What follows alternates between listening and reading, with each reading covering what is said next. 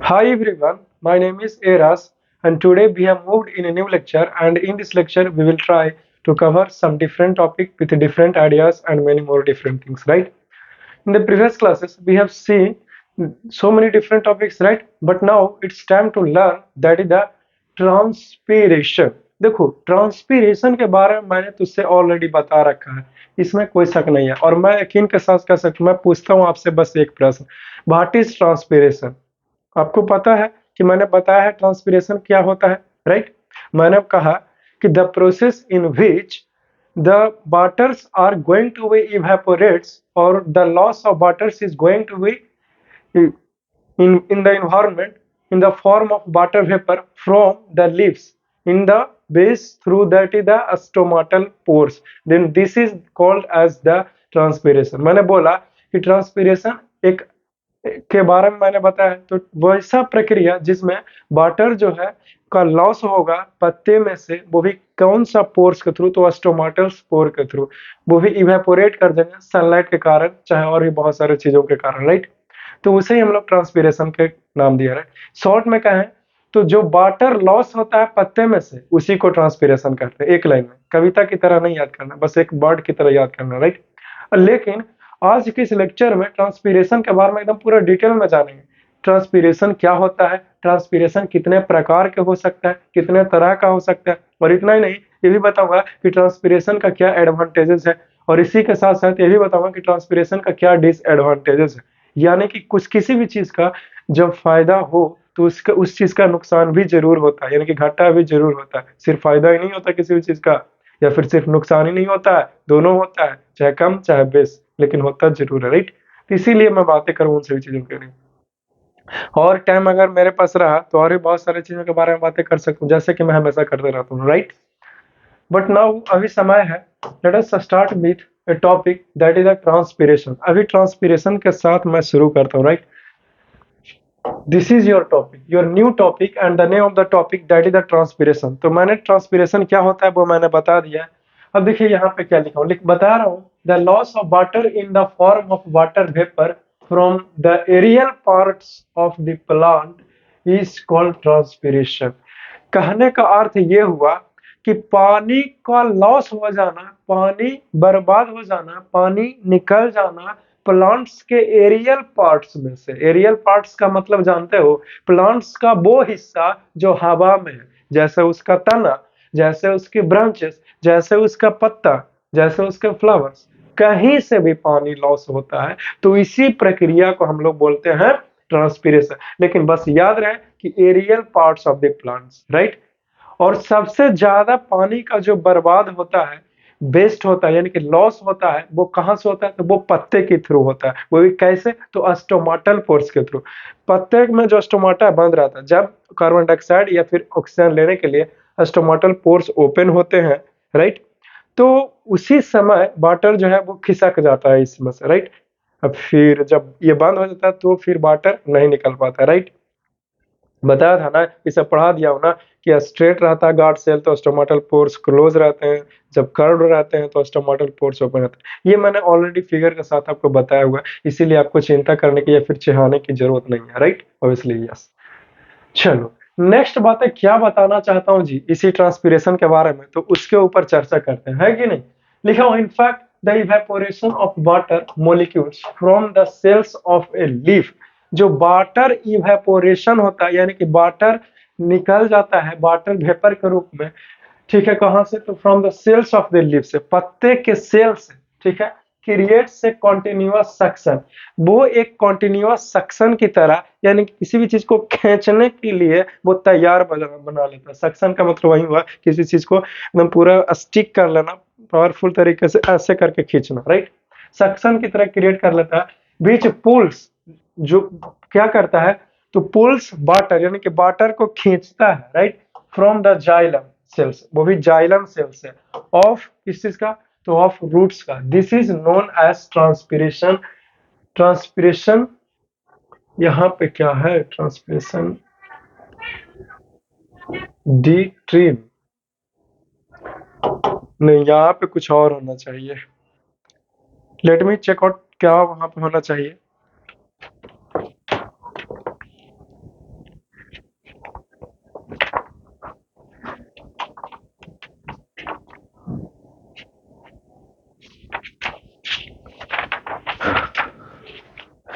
मुझे कुछ वक्त को बस टाइम दो, अभी बता देता हूँ कि वहां पे क्या होना चाहिए, राइट।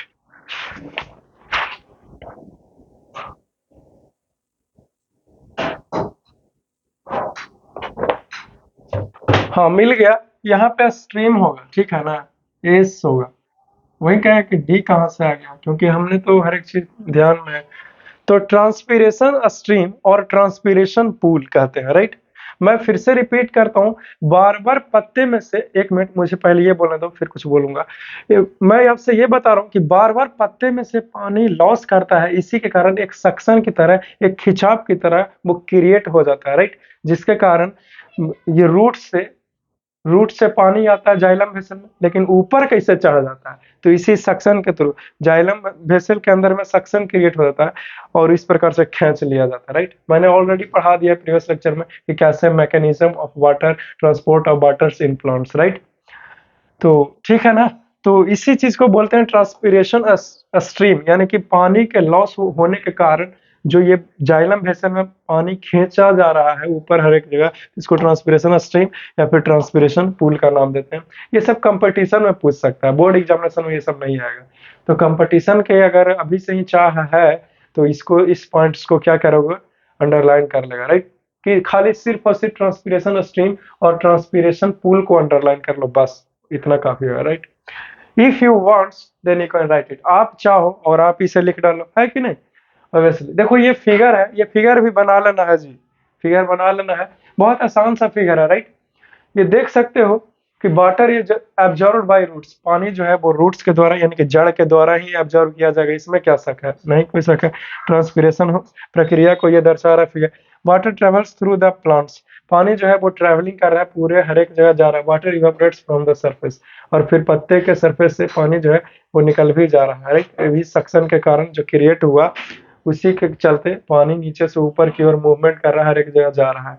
लॉस वाटर होगा सनलाइट के चलते, उस प्रक्रिया को ट्रांसपीरेशन बोलना है। ये फिगर एक बना लीजिए, बहुत ही आसान सा सिंपल डायग्राम है, राइट।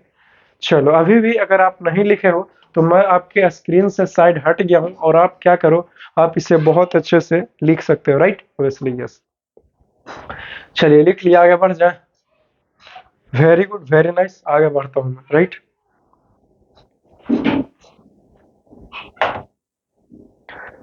चलिए देखिए नेक्स्ट है, that is the types of transpiration. That means कि ट्रांसपीरेशन का प्रकार या फिर ट्रांसपीरेशन के प्रकार। तो what are the types of transpiration, actually there are the three different types of the transpiration, right. The first one, that is the stomatal transpiration. Second one, that is the cuticle transpiration, right. And the third one, that is the lenticular transpiration, right. तो ये तीन प्रकार हुआ, किसका हुआ dear, तो transpiration का हुआ, समझ गया ना। तो कोई आपसे पूछता है कि ट्रांसपीरेशन के कितने प्रकार होते हैं, तो टोटल तीन प्रकार होंगे। कौन कौन होगा, तो स्टोमाटल ट्रांसपीरेशन, दूसरा में क्यूटिकल ट्रांसपीरेशन, और तीसरा में लेंटिकुलर ट्रांसपीरेशन, राइट। तो इसको याद रखना हमेशा के लिए, समझ गया। अभी भी किसी को दिक्कत है ये टाइप्स ऑफ ट्रांसपीरेशन के बारे में क्या होता है। अब हम लोग क्या करते हैं कि ये जो टैप्स बताया गया है, इन सभी तीन प्रकार के टैप्स हमने बताया ट्रांसपीरेशन के बारे में, इन तीनों को वन बाय वन करके डिटेल में थोड़ा सा जानकारी ले लेते हैं, राइट। कि आखिरकार ये स्टोमाटल ट्रांसपीरेशन क्या हुआ, क्यूटिकल ट्रांसपीरेशन क्या हुआ, लेंटिकुलर ट्रांसपीरेशन क्या हुआ, राइट। चलिए तो सबसे पहले लिखा हूं स्टोमाटल ट्रांसपीरेशन। तो स्टोमाटल ट्रांसपीरेशन के बारे में आपसे जानकारी देते हुए मैंने यहाँ पे आपको बता रहा हूँ, राइट। लिखा हूं, यहाँ का हो गया इट, यहाँ पे एस होगा, ठीक है ना।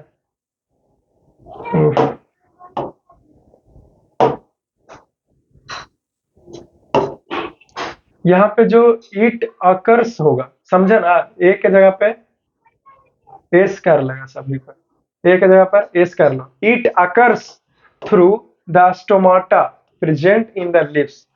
स्टोमाटल ट्रांसपीरेशन, पहला ही नाम है लिखला स्टोमाटल, तो मतलब क्या हुआ, पानी का लॉस होगा लेकिन स्टोमाटल पोर के थ्रू होगा, समझ गया ना। तो इसीलिए स्टोमाटल ट्रांसपीरेशन क्या होता है, तो ये कैसे होता है, तो ये जो स्टोमाटा प्रेजेंट होता है सरफेस ऑफ द लिप्स के ऊपर, स्टोमाटल पोर होता है ना बहुत सारे जी, तो उसी के थ्रू पानी लॉस होते ही इवेपोरेट्स कर जाता है, तो इसी को हम लोग स्टोमाटल ट्रांसपीरेशन कहते हैं, राइट।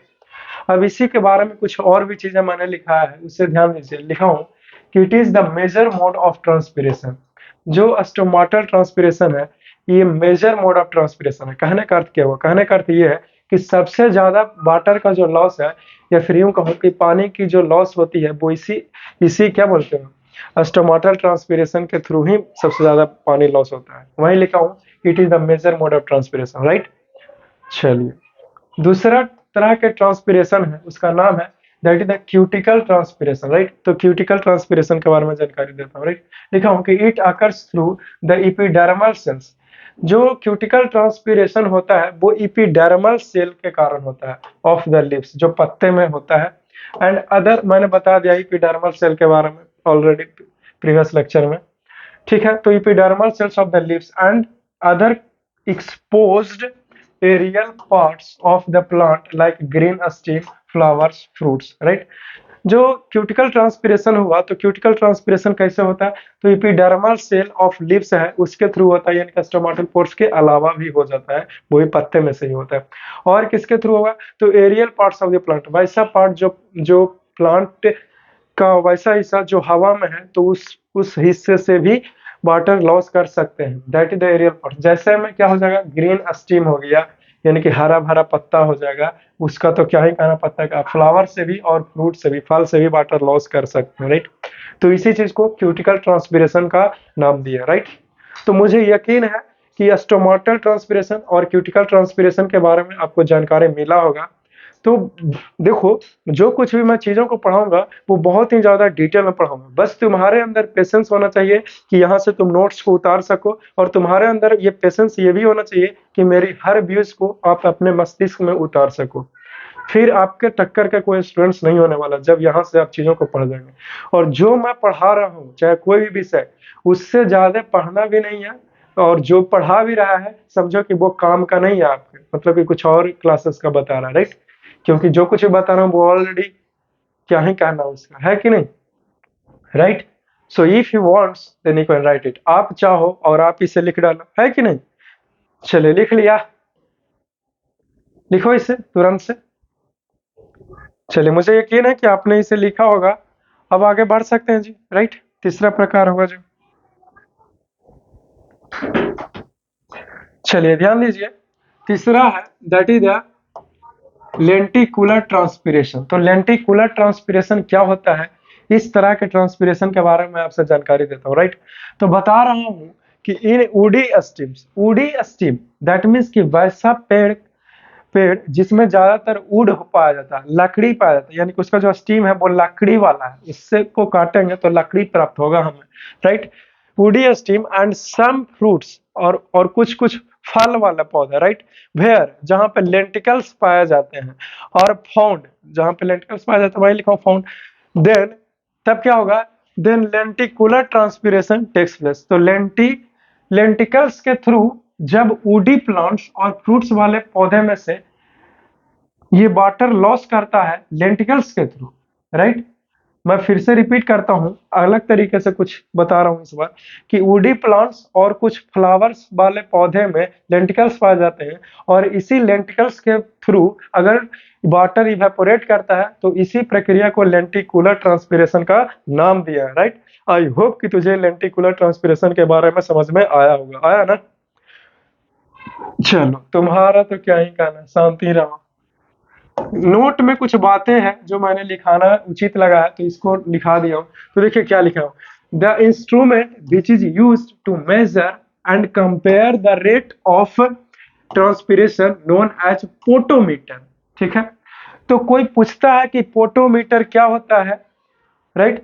तो पोटोमीटर जो है वो एक ऐसा इंस्ट्रूमेंट है, एक ऐसा डिवाइस है, जिस डिवाइस का इस्तेमाल करके हम लोग जो है वो रेट ऑफ इवेपोरेशन, यानी कि कितना तेजी से, सॉरी, हाँ सही तो बोल रहा हूँ, कितना तेजी से वाटर जो है वो इवेपोरेट हो रहा है, यानी कि ट्रांसपिरेशन का रेट को हम लोग पता कर सकते हैं कि कितना वाटर हर बार लॉस हो जा रहा है, या फिर किसी दूसरे से कंपेयर कर सकते हैं कि इस प्लांट में इतना ट्रांसपिरेशन रेट है, कि इस प्लांट का इतना ट्रांसपिरेशन रेट है, राइट। कुछ इस प्रकार से बातें करते हुए, तो पोटोमीटर ये कंपटीशन में आता है कि पोटोमीटर क्या है भैया, एक इंस्ट्रूमेंट है। पूछेगा इसे, instrument which is use to measure the rate of transpiration is called dash. तो पोटोमीटर आंसर है, राइट। तो लगा ना टिकट, तो एक नंबर आपके पॉकेट में आ गया। तो इसको डबल टिक आउट कर लो। बोर्ड एग्जामिनेशन में नहीं पूछा क्योंकि नहीं एनसीईआरटी में चर्चा किया गया और नहीं यशवंत के बुक में दिया गया है, राइट। इसीलिए मैं आपसे बातें कर रहा हूँ ये सब कुछ, राइट। अब देखिए एक नया टॉपिक है जिसका नाम है एडवांटेजेस ऑफ ट्रांसपीरेशन, यानी कि ट्रांसपीरेशन का क्या एडवांटेजेस है, ट्रांसपीरेशन का क्या फायदा है, उसी के बारे में बातें कर रहा हूँ मैं, राइट। तो लिखा हूं जी कि following are the advantages of transpiration, यानी कि ट्रांसपीरेशन का कुछ निम्नलिखित एडवांटेजेस है। समझ गया ना। तो चलिए जानते हैं कि ट्रांसपीरेशन का क्या क्या एडवांटेजेस है। इन्हीं सारी एडवांटेजेस के बारे में मैं आपसे चर्चा करता हूँ और मैं आपसे बातें करता हूँ, राइट। तो सबसे पहला एडवांटेजेस बता रहा हूँ ट्रांसपीरेशन का, कि ट्रांसपीरेशन टू कैरी वाटर। यहाँ पे देखिए कुछ चीज छूट गया, that is the helps. Helps होगा, HELPS, ठीक है। Transpiration helps to carry water, ठीक है, from the root to other parts of the plant. देखिए ट्रांसपीरेशन अगर नहीं होगा तो पानी जो रूट सॉइल से रूट में जाता है और रूट से हर एक अंग अंग में रोम रोम में चला जाता है प्लांट्स के, तो वो ट्रांसपीरेशन के चलते ही होता है। अगर ट्रांसपीरेशन नहीं होगा तो फिर रूट से हर एक पार्ट्स में पानी नहीं जा पाएगा, राइट। तो ये ट्रांसपीरेशन का बहुत बड़ा फायदा हुआ कि नहीं हुआ, राइट। फिलहाल के लिए तो प्लांट्स के पास यही है ट्रांसपीरेशन ही प्रक्रिया। अगर ट्रांसपीरेशन नहीं होता तो शायद भगवान कुछ और machine system I mean two से बना करके भेजते पड़ते हैं, लेकिन अफसोस फिलहाल यही है, इसीलिए यही पढ़ा रहा हूँ, राइट। चलिए दूसरा फायदा यह है कि it helps in removing excess water. देखिए अगर पानी ज्यादा हो जाता है हमारे शरीर में, आपके बॉडी में, तो हम लोग जाते हैं टॉयलेट करते हैं पानी साफ, राइट। लेकिन लेकिन प्लांट्स के बॉडी में वाटर ज्यादा हो गया तो वो कैसे करेगा, राइट। वो टॉयलेट जाएगा। कभी ऐसे देखा है भाई साहब जरा सा बाथरूम से जल्दी निकलिए हमें भी करना है, राइट। ऐसा कभी बोला उला नहीं है, राइट, और ना ही कभी बोलेगा भी, राइट। तो हम आपसे ये बता रहा हूँ कि उस एक्सेस वाटर को कैसे वो बाहर करेगा, तो इसी ट्रांसपीरेशन के थ्रू, यानी पानी को उड़ा देता है, इवेपोरेट कर देता है, ताकि उसका जो वाटर है वो ज्यादा ना हो जाए, राइट, और कम भी नहीं होने देगा, क्योंकि कम होगा तो पानी जड़ से खींच लिया जाएगा, क्योंकि ट्रांसपीरेशन हो रहा है, राइट। तो ये वाटर को मेंटेन करने में हेल्प करता है ट्रांसपीरेशन, राइट। तो मेंटेन करने में भी हेल्प किया और एक्सेस वाटर को बाहर निकालने में भी हेल्प किया, राइट। तीसरा बता रहा हूँ कि it also helps in temperature regulation by causing a cooling effect due to evaporation of water through the aerial parts. देखिए प्लांट्स का जो टेम्परेचर है वो तो नहीं बता रहा हूँ कितना होता है, लेकिन ये बताऊंगा कि प्लांट्स का जो टेम्परेचर है वो मेंटेन करता है कौन, इवेपोरेशन, सॉरी ये ट्रांसपीरेशन। अब प्रश्न उठता है कि कैसे, राइट। तो आपने 9th क्लास में पढ़ा है, केमिस्ट्री में पढ़ा है, पहले चैप्टर में पढ़े हो कि कूलिंग कॉज्ड बाय इवेपोरेशन, यानी कि इवेपोरेशन के कारण हमारे बॉडी को कूल महसूस होता है, ठंडा फील होता है, ये पढ़े हो, राइट। तो उसी the effect of cooling caused by evaporation, तो इसी प्रक्रिया के थ्रू, इसी फेनोमेना के थ्रू प्लांट्स का टेम्परेचर जो है वो मेंटेन रखता है। समझ गया ना। और का उसके पास कोई सिस्टम है कि टेम्परेचर मेंटेन करके रखेगा, राइट। तो इस चीज को याद रखेगा कि कूलिंग कॉज्ड बाय इवेपोरेशन के चलते, ट्रांसपीरेशन के चलते उसका टेम्परेचर भी मेंटेन रहता है, किसका, प्लांट्स का, right. If you wants then you can write it, आप चाहो और आप इसे लिख डालो, है कि नहीं। चलिए लिख लिया, मिटा दें। अगर नहीं लिखे हो इसे तुरंत से नोट करेगा ताकि कुछ और भी बातें मैं आपसे बता सकूं, राइट। चलिए आगे बढ़ता हूँ। चल देखो अगला है topic, that is the disadvantages of transpiration, यानी कि ट्रांसपीरेशन का क्या नुकसान है, क्या हानि है, इसके बारे में जानकारी अब देता हूँ। मैंने ट्रांसपीरेशन का क्या एडवांटेजेस है वो मैंने ऑलरेडी आपको से सिखा दिया। अब समझ आ गया है कि हम लोग जानकारी लें कि ट्रांसपीरेशन का क्या नुकसान है, क्या कमियां है, राइट। तो सबसे पहला बता रहा हूँ, लिखा हूं कि following are the disadvantages of transpiration, यानी कि ट्रांसपीरेशन का कुछ निम्नलिखित डिसएडवांटेज है, कुछ निम्नलिखित नुकसान है। अब चलिए वन बाय वन करके जानकारी देते हैं कि क्या क्या है। तो सबसे पहला, increase rate of transpiration reduces the rate of photosynthesis. देखिए अगर ट्रांसपीरेशन का रेट जो है वो बढ़ गया तो पानी का जो लॉस है प्लांट्स के बॉडी से वो ज्यादा होगा, राइट। और प्लांट्स के बॉडी से पानी निकल जाएगा तो फोटोसिंथेसिस जो है वो थोड़ा सा स्लो हो जाएगा, राइट। अब प्रश्न उठता है कि कैसे, यही नहीं पूछोगे। तो एक बात बताओ जी, फोटोसिंथेसिस होने के लिए 4 चीजों की आवश्यकता पड़ती है कि नहीं पड़ती है? Water, carbon dioxide, sunlight and chlorophyll, जो कि उसके पास है। तो पानी अगर कम मिलेगा तो फोटोसिंथेसिस भी कम होगा ना, राइट। लेकिन पानी भरपूर मात्रा में रहेगा तो फोटोसिंथेसिस भी तगड़े तरीके से होगा, राइट। तो आई होप कि तुझे समझ में आ रहा होगा, स्पष्ट हो रहा होगा कि आखिरकार किस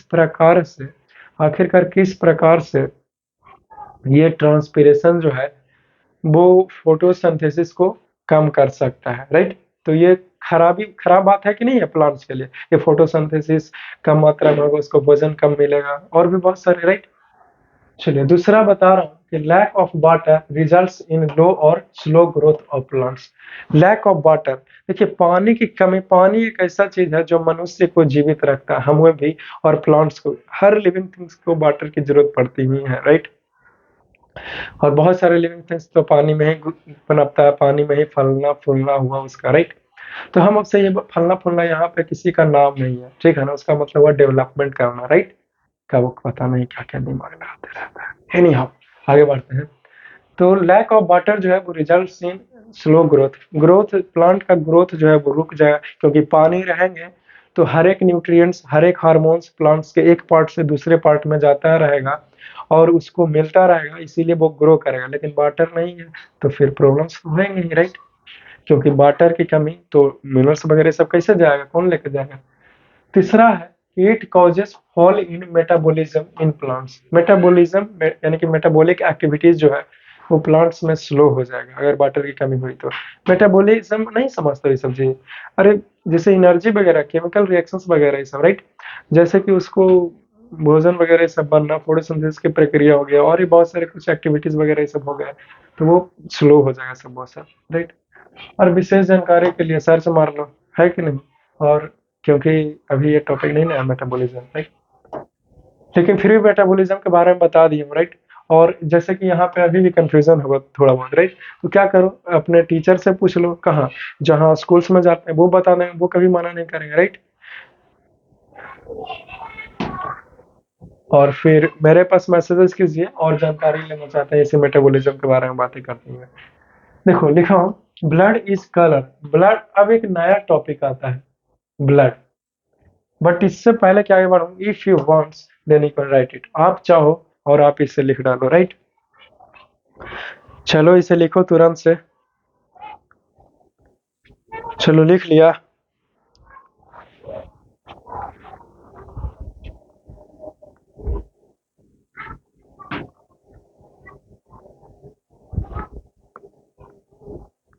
लिख लिए होगे, मुझे यकीन है। तो अब ब्लड के बारे में जानकारी देता हूँ, समझ गया कि नहीं समझ गया? तो ब्लड के बारे में बता रहा हूँ कि जी, blood is coloured liquid which circulates in our body. But blood के बारे में बातें करने से पहले मैं तुझसे ये बताना चाहता हूँ कि जो कुछ भी चीजें अब प्लांट्स के बारे में था वो पूर्ण रूप से समाप्त हो गया, यानी कि प्लांट्स के बारे में अब कुछ भी बातें नहीं करेंगे। अब आ जाएंगे ह्यूमंस बींग्स के बारे में बातें करेंगे बहुत सारे। अब ये टॉपिक है ब्लड है, राइट। तो प्लांट्स में थोड़ी है, अब ह्यूमन बींग्स में। तो ब्लड अब एक नया टॉपिक है। अब यहाँ से जो आपका क्या बोलते हो बायोलॉजी है वो एक और टर्निंग पॉइंट लेता है इसी लाइफ प्रोसेसेस के बारे में बातें करते हुए, राइट। इसे ध्यान से समझना और ध्यान से चीजों को सीखने का प्रयास करना, राइट। देखो ब्लड के बारे में बता रहा हूँ कि blood is coloured liquid. Blood जो है वो एक कलरफुल लिक्विड है, समझ गया ना, राइट। ब्लड कलरफुल लिक्विड है, वो भी लाल कलर के, विच सर्कुलेट्स इन आवर बॉडी, जो कि हमारे बॉडी में सर्कुलेट्स करता है, फ्लो करता है, बहता है, राइट। और बता रहा हूँ ब्लड के बारे में कि ब्लड इज रेड। ब्लड लाल होता है, क्यों होता है भैया? Because it contains a red pigment called hemoglobin, because it contains a red pigment called hemoglobin, क्योंकि इसके पास एक लाल कलर का पिगमेंट होता है जिसका नाम है हेमोग्लोबिन, और वही जो है वो ब्लड को लाल बना देता है। अब जैसे हम तुमसे पूछे होली में पानी का रंग लाल कहा कर दिया, कहा कि लाल गुलाल मिला लिए हो, राइट। उसी प्रकार से है डियर, ब्लड लाल का है, ब्लड में से हेमोग्लोबिन निचोड़ दो, कोई रंग नहीं रहेगा, उसका रंगहीन हो जाएगा, है कि नहीं? तो समझा कि जेकब को अपना भी दिमाग लगा कर हमेशा हमें के ऊपर गुस्सा करो, बताओ। Blood is connective tissues. Blood जो है वो एक प्रकार का कनेक्टिव टिश्यूज है, और लिम्फ भी। मैंने पढ़ाया था क्लास 9th में, ये बायोलॉजी के चैप्टर्स में, राइट। तो वहाँ पे पढ़ा हो ना, टिश्यूज चैप्टर में, भूल गया, बहुत सारा एकदम पूरा ऐसे एकदम ट्री डायग्राम ये सब बताए थे। तो वहाँ आया था ब्लड कनेक्टिव टिश्यूज है, राइट। तो यहाँ से ऑब्जेक्टिव क्वेश्चंस जो है वो बोर्ड में पूछ सकता है, राइट। और ये भी बोर्ड के लिए इंपॉर्टेंट है कि ब्लड आखिरकार लाल क्यों होता है, ऑब्जेक्टिव क्वेश्चन पूछ सकता है। तो दोनों बोर्ड के लिए इंपॉर्टेंट है, तो इस पॉइंट्स को ध्यान रखोगे कि बोर्ड में क्या क्या पूछ सकता है, राइट। समझ गए? किसी को कोई समस्या, कोई प्रॉब्लम्स हो तो बोलेगा भाई अभी, राइट। और नहीं है तो फिर क्या ही कहना, आगे बढ़ सकते हैं, राइट। आगे बता रहा हूँ इसी ब्लड के बारे में बातें करते हुए।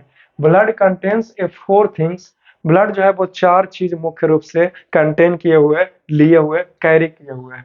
और द मेन कंपोनेंट्स आर, और उसका जो मेन कंपोनेंट्स है, यानी कि वो किस चीज से ब्लड जो है वो बना हुआ, क्या क्या उसका रूप है, क्या क्या ब्लड के पास है, राइट। वो आर एज फॉलोज। तो वो चार चीज कुछ में लिखित है, यानी कि ब्लड के पास प्लाज्मा भी होता है, ब्लड के पास रेड ब्लड कॉर्पस्कल्स, या फिर इसी को बोलते हैं रेड ब्लड सेल्स। सेल्स का ही नाम है, दूसरा हो गया कॉर्पस्कल्स, राइट। या फिर तीसरा में हो गया व्हाइट ब्लड कॉर्पस्कल्स, या फिर इसी को बोलते हैं व्हाइट ब्लड सेल्स। सेल्स का ये चार, कॉर्पस्कल्स का ये एक ही बात हो गया, लेकिन यहाँ ब्लड के लिए ही इस्तेमाल होता है। चौथा हो गया प्लेटलेट्स, ठीक है जी। तो ये टोटल जो है वो चार चीज हुआ जो किसके पास है, तो इसी ब्लड के पास है, राइट। किसी को कोई दिक्कत, कोई समस्या, कोई प्रॉब्लम तो बोलेगा अभी, ताकि मैं उसका डॉट्स को क्लियर कर दूं, राइट। तो ये थी कुछ ब्लड के बारे में चीजें। वैसे तो बहुत डिटेल में पढ़ना है ये चारों को, वन बाय वन करके, बहुत डिटेल में। आपके अंदर में पेशेंस रहना चाहिए, क्योंकि मैं इतना मेहनत कर रहा हूँ, तो आपका भी ये ड्यूटी होता है, आपका भी ये कर्तव्य होता है कि आप भी मेरे साथ साथ मेहनत कीजिए। मैं बार बार लगातार बोलता हूँ, क्योंकि आप लोग स्टूडेंट हैं। आप लोग कहिए कि सर इतना लिखना है, इतना पढ़ना है, तो फिर कैसे होगा बताओ भला। इतना लिख लोगे अगर, तो लेक्चर को बंद भी कर दोगे ना, तो अपने से अकेले बैठ करके भी रिवाइज कर सकते हो, पढ़ सकते हो। तो इस चीज को सम्मान करना सीखो, समझ गया ना, राइट। तो लिखो इसे। मैं साइड हट गया आपके स्क्रीन का, और अगर आप चाहो और आप इसे लिख डालो, राइट। चलो लिख लिया ना, आगे बढ़ते हैं तो जी, राइट। चलिए, वेरी गुड, वेरी नाइस। अब यहाँ पे ध्यान देने वाली बातें ये होगी। अब चलते हैं आगे नेक्स्ट पेज में, राइट। देखो यहाँ पे ब्लड है, right. This plastic bag contains human blood. ये एक प्लास्टिक के पाउच में ह्यूमन ब्लड है, राइट। और the blood comes from donors. Blood जो आया है वो डोनर से आया, यानी कि कोई ब्लड को दान दिया है उस व्यक्ति से है, तो उसको डोनर्स बोलते हैं। It is sent to hospital, और इसको हॉस्पिटल में भेजा जाएगा इन प्लास्टिक पैकेट्स। इसको प्लास्टिक पैकेट्स में भेजा जाएगा, राइट। समझ गए? तो ये ब्लड जो है वो कोई व्यक्ति से ही दिया जाता है। मैं आपसे भी बोल नहीं सकता, लेकिन बोलूंगा तो मेरे आंखें में आंसू के अलावा कुछ रहेगा नहीं। लेकिन मेरे अपने ही, जो मेरे दिल के बहुत करीब थे, उसके लिए मैंने खुद ब्लड वगैरह ये सब डोनेट किया था। और मेरी सिस्टर भी ब्लड डोनेट की, बट वो बचे नहीं। आज उसकी यादें ही है हमारे पास, और मैं तो बस, खैर कोई नहीं। इस जिंदगी में तो होते ही रहता है ना, ये छोटी मोटी चीजें होती रहती हैं, बट इसीलिए कोई बात नहीं। टेक केयर, ख्याल रखेंगे।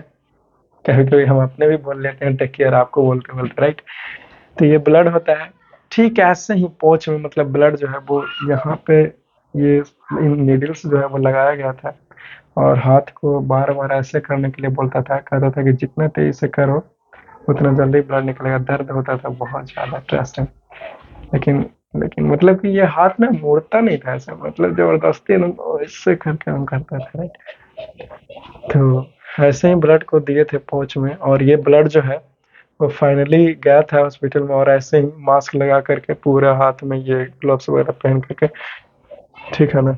ऐसे नर्स ही थी, लेडीज ही थी, पूरे काम की थी। और वो नाम नहीं लूंगा वो कौन थे, ठीक है। इतना जरूर बोलूंगा कि जिसने मुझे जन्म दिया उसके लिए ये सब हुआ है। खैर कोई बात नहीं, ब्लड के बारे में ज्यादा ही याद आ गया। अब देखिए यहाँ पे ध्यान दीजिए कि देयर आर, लेफ्ट हिम, जाना दो, तुम टेंशन नहीं लो, नहीं तो फिर मुझे दुख होगी, राइट। आप क्यों परेशान लेते हो यार, है कि नहीं, बहुत सारी बातें होती रहती है। There are about 5 million red red cells, तकरीबन 5 मिलियन रेड सेल्स होता है in one drop of blood, ठीक है। एक ड्रॉप ऑफ ब्लड में, एक बूंद ब्लड का निकाल करके अगर गिरा दिया तो 5 मिलियन रेड सेल्स बेकार हो गया, समझ गया ना। This micrograph shows red blood cells moving through a capillary.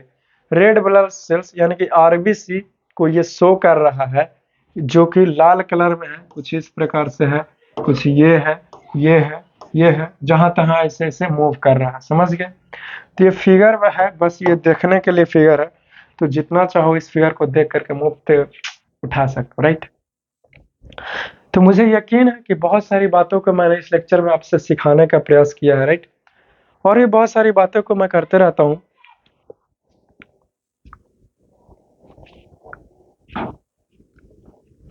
Right. तो बहुत सारी बातें को करूंगा मैं, बट अब नेक्स्ट लेक्चर में करेंगे, राइट। एक ही लेक्चर में कितना सारा कुछ बता दूं, ठीक है ना।